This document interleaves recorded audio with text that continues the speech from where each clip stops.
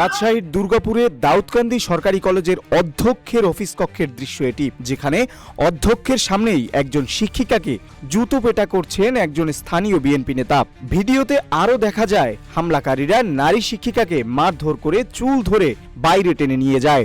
সম্প্রতি সামাজিক যোগাযোগ মাধ্যমে এমন একটি ভিডিও নিয়ে শুরু হয়েছে তুমুল আলোচনার সমালোচনা। কলেজের শিক্ষকদের সঙ্গে কথা বলে জানা গেছে 23 এপ্রিল কলেজটিতে স্নাতক পরীক্ষা চলাকালীন সময় একদল স্থানীয় বিএনপি নেতা অধ্যক্ষের অফিস কক্ষে ঢুকে পড়েন। এলাকায় তাফসির মাহফিলের আয়োজন উপলক্ষে তারা অধ্যক্ষের কাছে আর্থিক সহায়তা চাওয়ার সময় পাশে থাকা শিক্ষিকা আলিয়া খাতুন ভিডিও করছিলেন।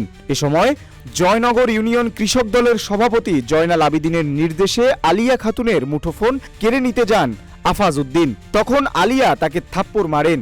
এ নিয়ে তর্কাতর্কি হয়। মুঠোফোন কেড়ে নেওয়ার পর আলিয়া খাতুন নিচে এসে আফাজ উদ্দিনকে ধাক্কা দিয়ে ফেলে দেন। প্রত্যক্ষদর্শী সূত্রে আরও জানা যায়, স্থানীয় বিএনপির কর্মী শাহাদাত আলী ওই কলেজের শিক্ষিকা আলিয়া খাতুনকে স্যান্ডেল দিয়ে পিটিয়েছেন। শাহাদাত আলীর ছেলে লিটন ও কর্মচারী মাহাবুর কলেজের অধ্যক্ষ ও প্রদর্শক আলিয়া খাতুনের ওপর হামলা চালান।